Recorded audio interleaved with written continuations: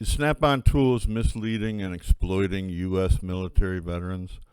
An open letter to CEO Nicholas Pinchuk. Hi, my name's Sean Kelly. I'm the publisher of the FranBest Media Network and also unhappyfranchisee.com.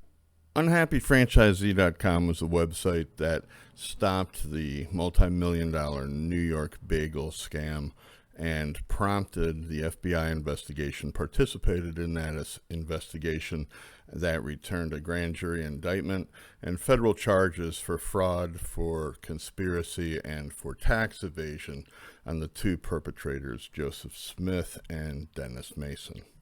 I want to share with you an 8-page letter that I've written to Mr. Nicholas Pinchuk, the CEO of Snap-on Tools Company, about the exploitation, possible exploitation, and a list of questions that I've got for him about Snap-on's recruitment of and treatment of military veterans for the Snap-on franchise program. So Snap-on Tools is a $3.7 billion company. They manufacture and distribute high-end tools predominantly for mechanics, a professional mechanic. Nicholas T. Pinchuk, who heads Snap-on, has done so since 2006, has an average yearly salary of $7 million. Between 2006 and 2020, his personal compensation has been $111 million. Sorry, I choke on that. $111 million. I'm making this a public letter just in the unlikely event that Mr. Pinchuk doesn't respond to a letter and questions by a lowly blogger such as myself. So I'm hoping that there's some people out there who might be able to get these questions to him and see if we can find some answers, because they're pretty important. Snap-on Tools are actually sold by Snap-on Tools franchisees, or dealers as they're called. Snap-on recruits these dealers and gets them to invest $170,000 to $400,000 roughly in order to buy a mobile tool store. And this mobile tool store is chock full of high quality Snap-on tools that the franchisees buy up front and then finance as they go along. And the franchisees are allowed to drive these mobile tool stores around to what they call a list of calls, which is a route of places that employ professional mechanics. So the Snap-on franchisor sells these tools and the inventory to the franchisee. They finance them.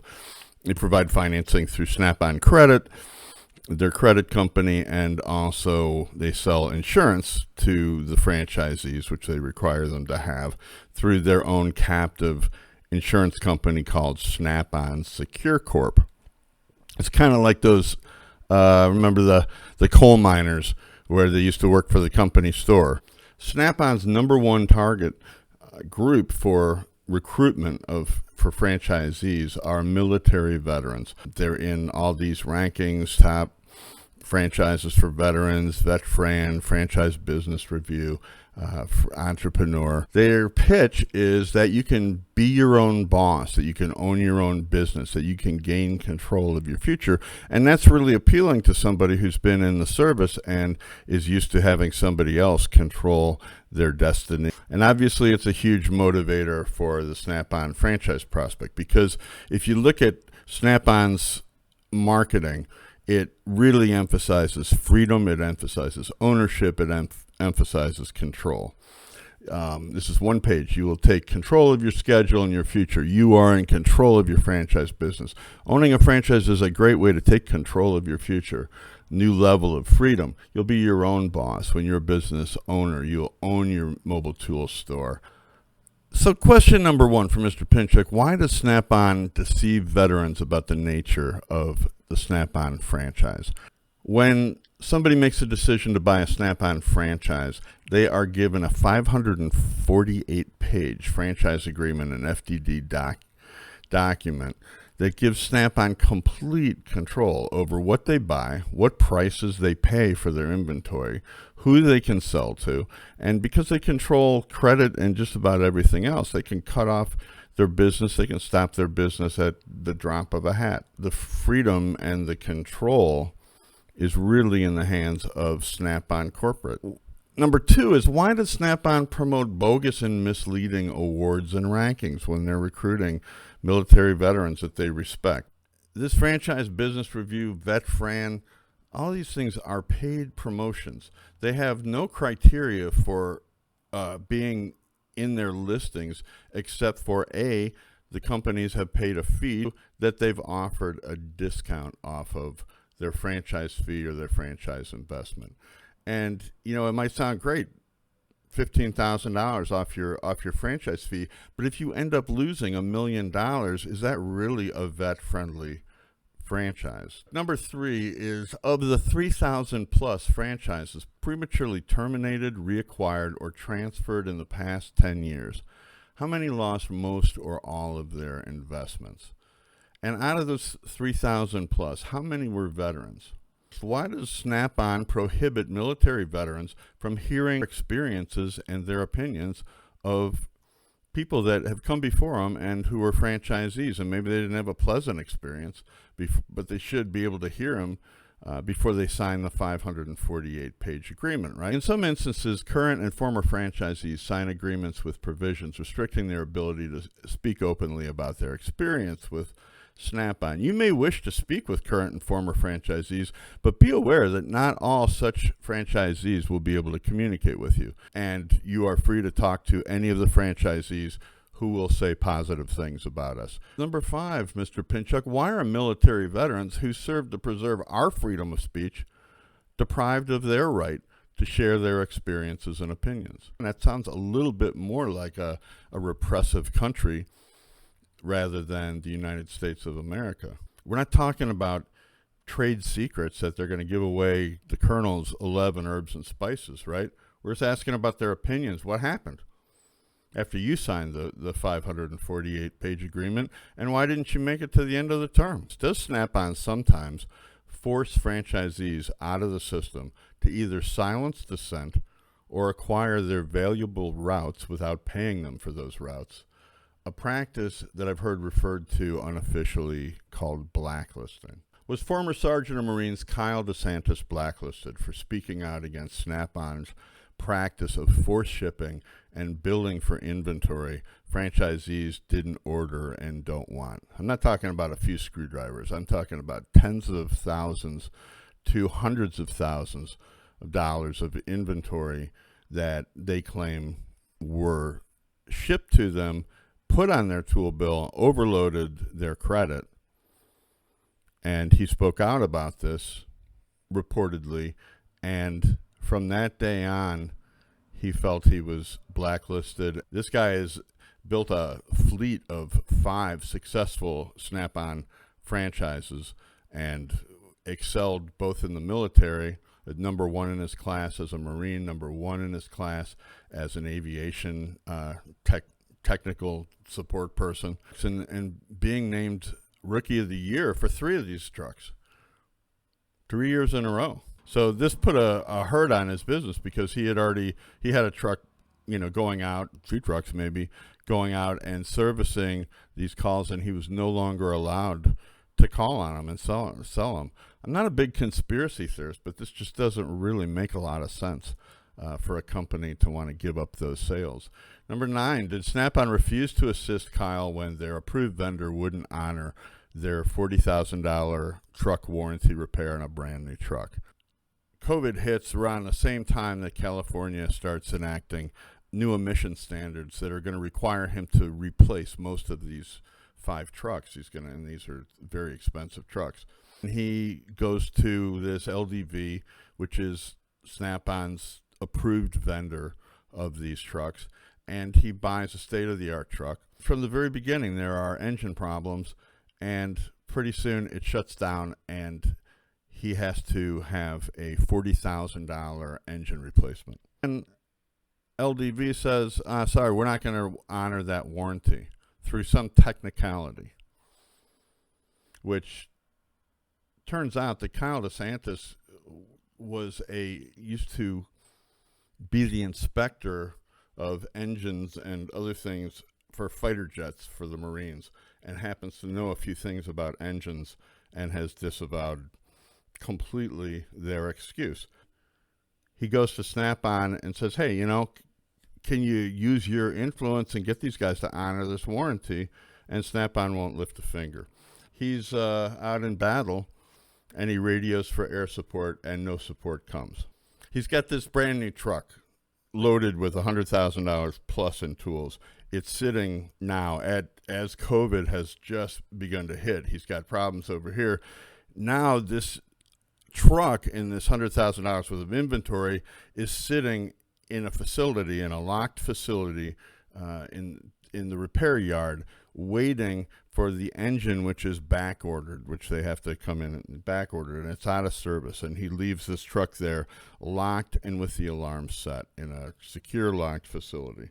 They go up to this Bakersfield Truck Center and discover that the truck has been broken into and all the inventory has been stolen. He's been paying the insurance for 6 years on this, and this should be a no-brainer, right? They deny the claim for $100,000 plus in tools that were clearly stolen from a locked facility. And why do they do that? They said that the alarm wasn't set, and that was a requirement. The alarm wasn't set. The alarm was set, but they disconnected the battery. The service techs disconnected the battery while they were working on it, and while this battery was disconnected, somebody broke in. So it's a technicality. But here's Snap-on's own insurance company refusing to cover $130,000 worth of tools. What's he going to do if he gets the proceeds, if they cover that and give him $130,000? He's going to turn around and buy $130,000 of Snap-on tools to replace them and go out and sell them. So what's Snap-on's motivation for denying this? So he goes to his franchise support team and says, hey, will you help me out? This is ridiculous. Which it is. And there's no support again. He radios for support and nobody comes. And this is from this organization, Nick Pinchuk accepts awards he's an Army veteran and accepts awards on behalf of his devotion to and treatment of military veterans. Question number 11 from Mr. Nicholas Pinchuk. Did Snap-on make every effort to keep military veteran Kyle De Santis in business and to keep him from losing his $1 million investment? When he radioed for support, did you guys come to his rescue? Did you go, man, we're going to do everything we can? Because that's what a vet-friendly business, that's what a top franchise investment for veterans would look like. Okay? We don't leave one of our own behind. After veteran Kyle De Santis lost everything, how did Snap-on thank him for his service to Snap-on? Did you send him a condolence card? Did you send him a fruit basket? Or do you just continue to hammer him with more demands for more payments and bury him and his family in the sand out in Antelope Valley?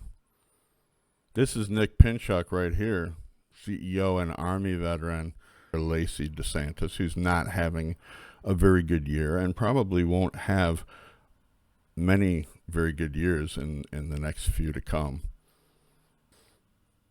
Kyle De Santis, who was deployed overseas in Operation Iraqi Freedom, said that the stress and the PTSD that he has felt by being a Snap-on franchisee far exceeds anything that he felt when he was overseas at war. How many stories like Kyle De Santis are there out there that we haven't heard because they've been silenced by NDAs, they've been silenced by mandatory private arbitration, or because the people there just didn't have the fortitude that Kyle De Santis has, who is sharing his story with other military veterans, not because he's angry, not because he feels like he's been done wrong, but because he doesn't want other people to go through what he's gone through. Hi, I'm Kyle De Santis, United States Marine Corps, Sergeant of Marines, OIF veteran. 6 years ago, I invested my heart, soul, and my family's financial future into a franchise with the nation's largest tool company. This company is aggressively promoted as dedicated to veterans and having few to no franchise failures. I received many top sales awards, including Rookie of the Year. I built a successful team and operate a fleet of award-winning franchise dealers.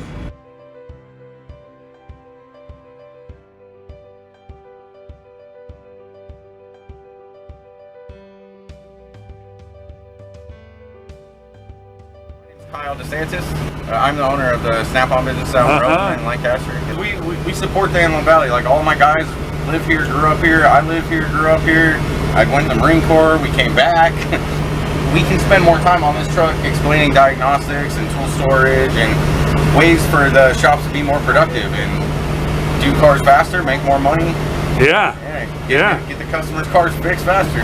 This is really quite an investment, but convenient for the shops. Yeah, definitely. We service Roseman. We service all Antelope Valley. Palmdale, Lancaster, Roseman. We have 3 different dealers and a 4th assistant now running trucks out here. Really? Yeah.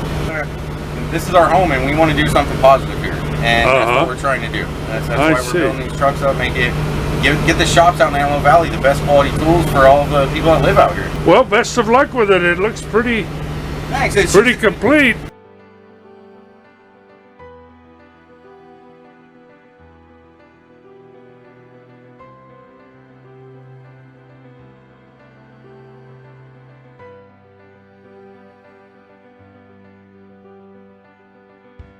Like many, my business took a hit from COVID, which was then followed by a series of challenges, including a major theft. I suddenly found myself fighting to save my business. After calling the vet-friendly franchisor countless times for backup, I realized no help was coming.